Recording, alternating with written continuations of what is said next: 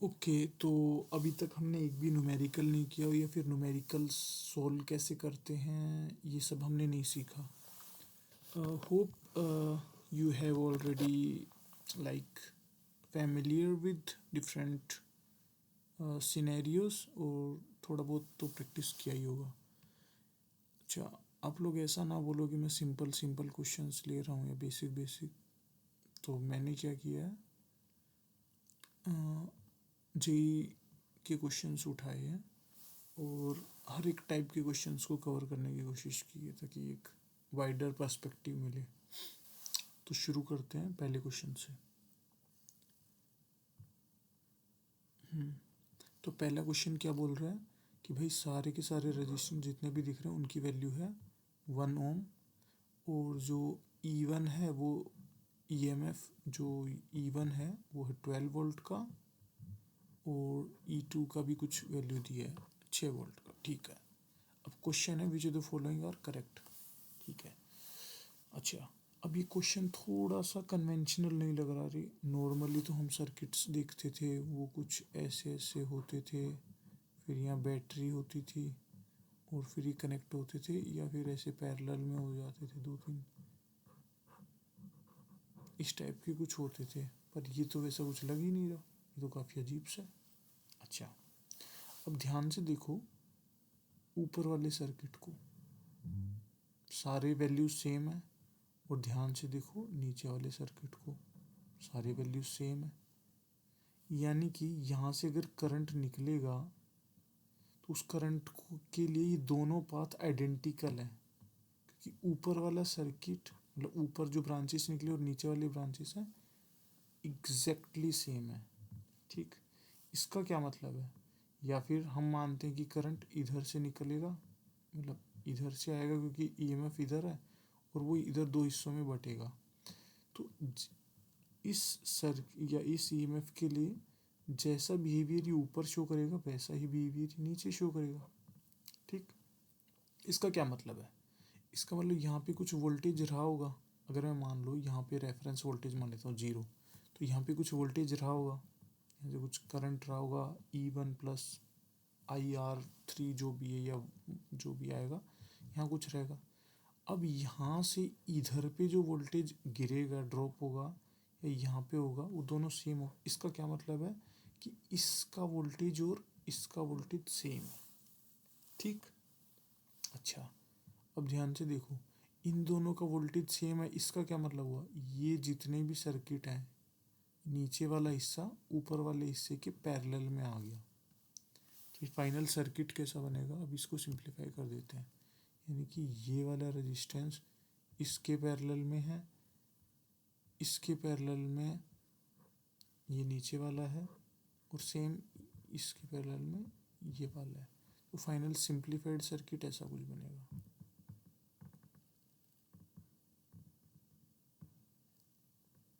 ये तो नीचे वाले तो सेम रहेंगे.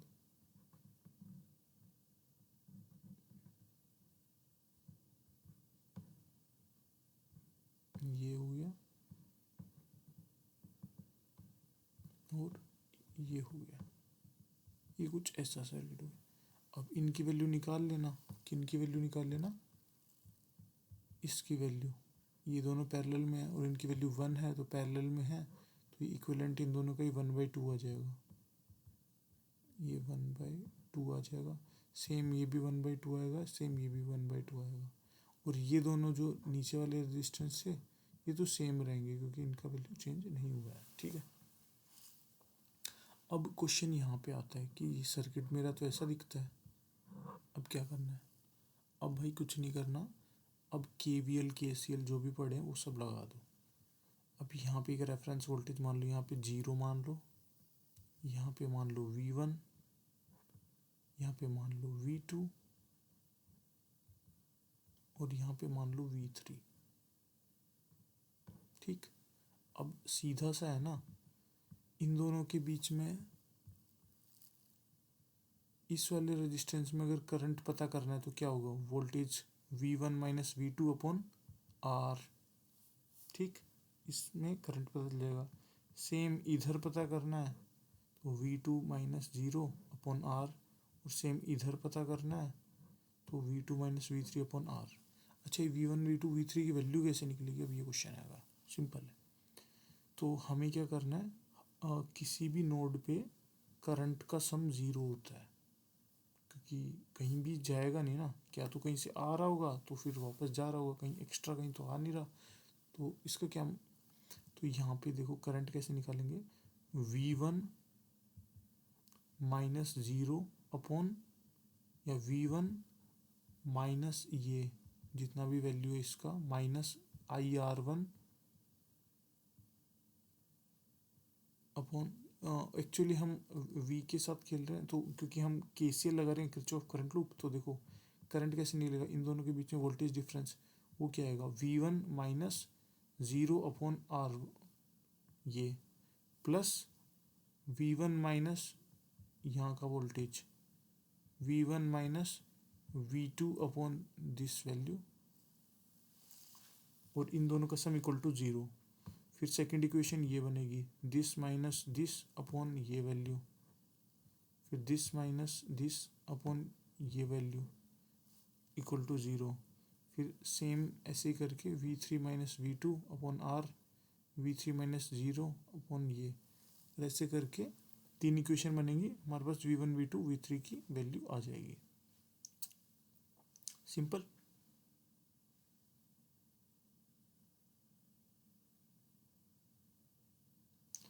तो ऐसे करके हमारे पास अब क्या है, the magnitude of current flowing through R1, अब बोल रहा है R1 में कितना फ्लो करेगा, R1 है ये वाली वैल्यू, तो ये सिंपल है, यहाँ का वोल्टेज पता चल गया, V माइनस यहाँ का हम ज़ीरो रेफरेंस के लिए मान रहे हैं अपॉन R, तो ये यहाँ का करंट आ जाएगा। ऐसे करके हर एक ब्रांच का निकाल सकते हैं, R2 का भी आ जाएगा ऐसे ही, R2 है ये वाली ब्रांच, तो इस ब्रांच का भी करंट आ जाएगा, जैसे कि मैंने बताया, इन दोनों का वोल्टेज का डिफरेंस माइनस ये।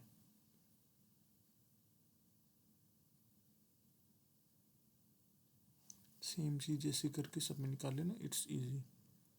अच्छा, सेकंड क्वेश्चन है कि भाई कोई टू रेजिस्टेंस दे रखे हैं, इसकी कुछ वैल्यू x है, मतलब शायद ये निकालना होगा, क्योंकि यहाँ बोला ना द वैल्यू ऑफ x, तो हमें इसका रेजिस्टेंस की वैल्यू निकालनी, गिवन है R2 की वैल्यू दी है, और ये कोई वायर दिया है जिसका नॉन, मतलब ये यूनिफॉर्म नहीं है, यहाँ से पतला है यहाँ से मोटा है, तो यहाँ पे इसका रेडियस दिया है जो भी है, या थिकनेस दी है 0.2 mm है, और लास्ट में जाके 1 mm हो गया। ठीक है, तो रेजिस्टेंस कंटिन्यूसली चेंज हो रहा है, और इसकी लेंथ हमें दे रखी है 50 सेंटीमीटर का लंबा वायर है। तो क्या है ये क्वेश्चन, शो ज़ीरो डिफ्लेक्शन, तो ये हमें ज़ीरो डिफ्लेक्शन शो कर रहा है, तो ये व्हीटस्टोन ब्रिज है, R1 मतलब इसका रेजिस्टेंस डिवाइड बाय इतने हिस्से का रेजिस्टेंस इक्वल टू इसका रेजिस्टेंस डिवाइड बाय इतने हिस्से का रेजिस्टेंस, इसको ये करना है। अब इसका रेजिस्टेंस तो पता है, इसका नहीं पता, इस वायर का भी हमें पता है, कैसे पता है, तो वायर का रेजिस्टेंस का फॉर्मूला क्या होता है, R इक्वल टू रो, मैं थोड़ा पेंसिल से बनाता हूँ, रो L बाई A, ये फॉर्मूला होता है रेजिस्टेंस का। अब इतने का हिस्से का रेजिस्टेंस कैसे निकालेंगे, रो हमें पता ही है, एल हमें नहीं पता है, तो हम मान लेते हैं इतने का x, और ए एरिया क्या है, एरिया तो सिंपल है, ये हमें दे ही रखा है, वेरीज एक्सिस फ्रॉम इतना mm, ये रेडियस हमें दे ही रखा है ना, देखो रेडियस इतना था, तो हम इसका एक इक्वेशन निकाल सकते हैं कि हमारा रेडियस कैसे मूव कर रहा है, R इक्वल टू 0.2 प्लस इन दोनों का डिफरेंस अपॉन L, ये लेंथ x इंटू कितना था, 0.2 0.1 0.8 0.8 अपॉन अपॉन लेंथ, लेंथ को भी mm में कर लेना, 50 है तो 500 हो जाएगा।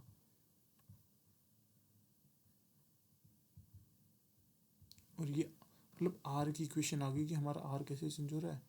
आर पता चल गया तो एरिया आप निकाल सकते हो, पाई आर स्क्वायर, जो भी आप जानते हो, क्योंकि हम डी एक्स यहाँ के साथ चल रहे हैं तो डी एक्स हो गया ऊपर और नीचे, मतलब समझ गए मतलब इतने का हिस्से का रेजिस्टेंस निकाल लेना, इंटीग्रेट कर लेना उसको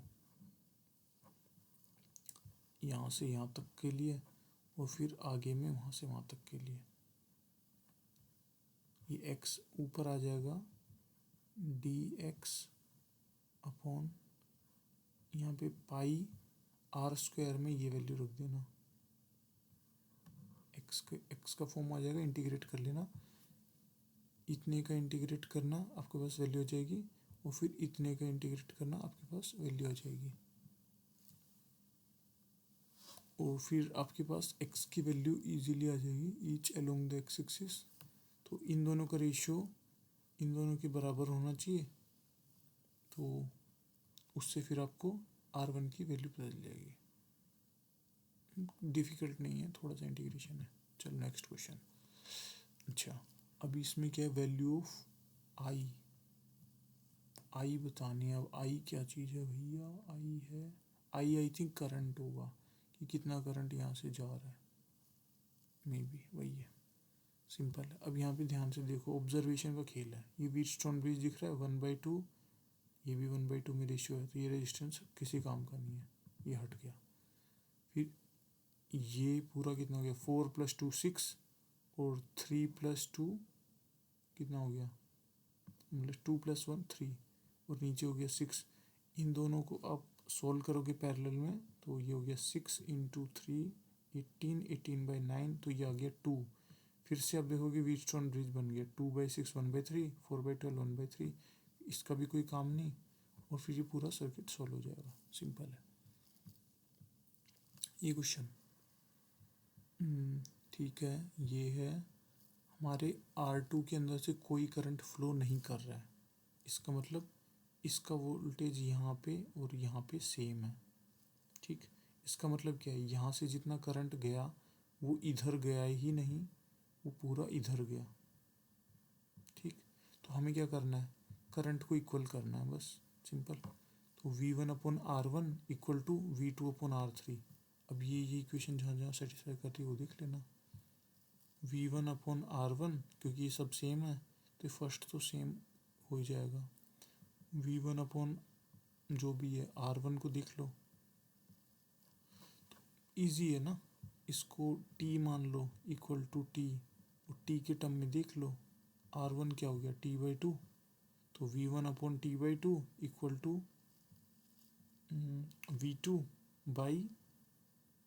V2/R3।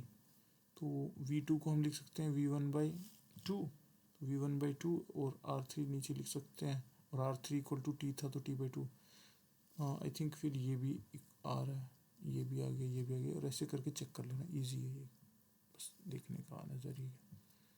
यहाँ पे क्वेश्चन, ठीक है, condition value arms Wheatstone bridge, तो ये व्हीटस्टोन ब्रिज खुद ही बोल रहा है व्हीटस्टोन ब्रिज है, बैलेंस्ड है और है भी बैलेंस, देख लो इन दोनों का रेशियो 1/5 है, इन दोनों का रेशियो 1/5 है, इसका मतलब ये 0 वोल्टेज शो कर रहा है, इन दोनों का वोल्टेज सेम होगा। लेकिन लेकिन लेकिन इसने कुछ टेम्परेचर दिया है R3 कौन सा है, ये रहा R3 का। अब वो एक फॉर्मूला सिखाया था टेम्परेचर के साथ रेजिस्टेंस कैसे चेंज हो रहा है, वो लगाना। फिर R3 मतलब 100 डिग्री से सेल्सियस से चेंज हुआ है तो आपको ΔT 100 पता चल गया, तो नया रेजिस्टेंस आ जाएगा, इसकी एक नई वैल्यू आ जाएगी। फिर क्या है, voltage between S and T, इन दोनों के बीच में वोल्टेज बताना है। मान लो आपकी नई वैल्यू आ गई, कुछ नहीं करना, सिंपल है, इसको V1 मानो, इसको V2 मानो, या किसी एक को V1 एक को V2 और KCL लगा दो, सिंपल, जो जैसे ऊपर कर रहे थे सेम वही है। This minus this upon R plus this minus this upon 300 और may be the new value, जो भी नई वैल्यू आएगी, इक्वल टू 0। फिर एक इक्वेशन इनकी बन जाएगी और ऐसे करके आपके पास ये वैल्यू आ जाएगी। सिंपल। नहीं, इतना भी क्या करने की ज़रूरत है। देखो ध्यान से, ये दोनों पैरेलल में है, हमें इन दोनों पॉइंट के बीच का वोल्टेज ही तो चाहिए ना। ये और ये सर्किट पैरेलल में है, राइट। तो करना कुछ नहीं है, ये आपको पता ही है, इस ब्रांच में कितना करंट फ्लो करेगा ये पता चल जाएगा आपको। V upon these two resistance R1 plus R3, इसका करंट पता चल गया। तो करंट पता चल गया तो इसमें पोटेंशियल ड्रॉप कितना हो रहा है वो देख लेना। जैसे मान लो यहाँ V1 है, V1 माइनस दिस, यहाँ का पोटेंशियल आ गया I पता चलेगा, I इंटू 60, ये पता चल गया। फिर यहाँ पे ही पता कर लेना, V1 minus may be I2 है, I2 इंटू 100, यहाँ का पोटेंशियल पता चल गया। दोनों को डिफरेंस करोगे तो ये V1 वाला पॉइंट वेरिएबल कैंसिल हो जाएगा। ठीक है, ये भी सिंपल था। तो ये जेई के क्वेश्चन है, देख लो, ऐसे कोई मजाक वाले तो मैं करा नहीं रहा। एंड देन ये एक इंटरेस्टिंग क्वेश्चन है, एक कोई सेमी सर्कुलर डिस्क टाइप का है, मेटेलिक रिंग स्ट्रिप कह लो, डिस्क कह लो, इन दोनों का भी, इसके एंड्स को हमने एक बैटरी से कनेक्ट कर दिया। इसका क्या मतलब है, इसका और इसका पोटेंशियल डिफरेंस आ गया ये, ठीक है, इन दोनों पॉइंट्स में पोटेंशियल डिफरेंस आ गया। अब ध्यान से देखो, ये वाली लेंथ लंबी है इससे, इसका क्या मतलब है, इसका मतलब ये है कि मे बी यहाँ का रेजिस्टेंस ज़्यादा होगा, यहाँ का कम होगा, तो उसके कारण से इन दोनों के बीच में भी एक पोटेंशियल डिफरेंस अक्रॉस मतलब लेयर्स आ गया है। अब ध्यान से देखो तो अब हर एक को एक रेजिस्टेंस की तरह ट्रीट करो, क्योंकि सारे के सारे जो लेयर्स हैं वो कनेक्टेड तो एक ही बैटरी से हैं। तो एक तरह से हुआ क्या है, मल्टीपल पैरेलल में रेजिस्टेंस लगा दिए। मैं फिर से बना के दिखाता हूँ, मल्टीपल पैरेलल रजिस्टर्स हैं, ठीक। और जैसा कि नॉर्मल पैरेलल में क्या होता है, ये सारे के सारे एक बैटरी से या ईएमएफ सेल से कनेक्टेड है। ये मल्टीपल, तो कुछ नहीं करना, 1/R इक्विवेलेंट क्या था, 1/R इक्विवेलेंट जो भी था वो क्या था, समीशन ऑफ 1/R, 1/R क्या, हर एक लेयर का। अब हर एक लेयर का वही सेम फॉर्मूला है, R ρ L ये वाला फॉर्मूला लगा देना, और थोड़ा इंटीग्रेशन वगैरह होगा तो उससे आपके पास ये वैल्यूज़ आ जाएंगी। आपके पास इक्विवेलेंट रेजिस्टेंस आएगा, इक्विवेलेंट रेजिस्टेंस आएगा तो V बाई इक्विवेलेंट रेजिस्टेंस, तो फिर आपके पास करंट आ जाएगा। अच्छा, अब क्वेश्चन है कि इससे ये चेक कर लेना, इजी है, मैंने कंसेप्ट बता ही दिया कि सोल्व कैसे होगा। ये वेरीफाई कर लेना ये आ रहा है या कुछ और वैल्यू आ रही है। अब क्या है कि वोल्टेज किसका ज़्यादा है, इधर ज़्यादा है या उधर ज़्यादा है। अब इसकी दो तरीके से कर सकते हैं। वोल्टेज क्या I² पे डिपेंड करता है, क्या डिपेंड करेगा, तो ड्रिफ्ट वेलोसिटी होगी m मास ऑफ इलेक्ट्रॉन, क्योंकि वही तो मूव कर रहे हैं, m v ड्रिफ्ट v²/r। तो यहाँ का सेंट्रीपिटल एक्सेलरेशन और यहाँ का सेंट्रीपिटल एक्सेलरेशन इक्वल टू किसके होगा, इलेक्ट्रॉन इनटू इलेक्ट्रिक फील्ड। अब यहाँ से आप देखोगे तो यहाँ पे क्या था, mv²/r, अब v² है और ड्रिफ्ट वेलोसिटी क्या होती है, I इक्वल टू NEVD। तो वहाँ से I के टर्म में आप VD को निकाल सकते हो और पता चलेगा, क्योंकि v² है तो I² आ जाएगा, तो ये आना चाहिए। रही बात पोटेंशियल किसकी पॉइंट की ज़्यादा है, तो वो इजीली आप देख सकते हो कि जो इलेक्ट्रिक फील्ड है वो, क्योंकि mv²/r एक्सेलरेशन किस पॉइंट पे ज़्यादा होगा वो देख लेना। रेडियस बड़ा है तो एक्सेलरेशन कम होगा, क्योंकि mv²/r तो इसका मतलब आउटर वाले पॉइंट का वोल्टेज कम होगा कंपेयर टू इनर वाले के। ठीक है, मैंने आई थिंक कवर कर दिए मोस्ट ऑफ द क्वेश्चंस। ये भी हो गया, ये भी हो गया, ये भी इजी था, मतलब ये भी हो गया, ये हाँ ये हो गया, ये भी हो गया। इसमें क्या है, इसमें ये पोटेंशियोमीटर के ऊपर है, जैसा कि मैं देख पा रहा हूँ गैल्वेनोमीटर। ठीक है, ठीक है। तो यहाँ पे हमको ये सारी वैल्यूज़ कुछ वैल्यूज़ दी हुई हैं, सेम वही KCL KVL है, कुछ भी अलग नहीं है। यहाँ पे जैसे वो ये वाला क्वेश्चन था, ये वाला, यहाँ पे वेरिएबल रेजिस्टेंस था ना, क्योंकि यहाँ पे रेडियस छोटा है, यहाँ पे रेडियस बड़ा है, और across the length radius across the length resistance है। सेम वही कंसेप्ट इधर पे है, अक्रॉस द लेंथ कुछ रेजिस्टेंस है, किसी एक पॉइंट पे इसका वैल्यू 0 शो करता है, तो वो हमें बताना पड़ेगा कि भाई R की वैल्यू क्या आ रही होगी, ऐसा ही कुछ है। आई थिंक R1 की वैल्यू क्या है, R1 की वैल्यू क्या है, तो वही KVL KCL लगा देना, सेम वही है। अब मैं वही रिपीट करना कोई सेंस नहीं बना रही की चीज़ को बार बार।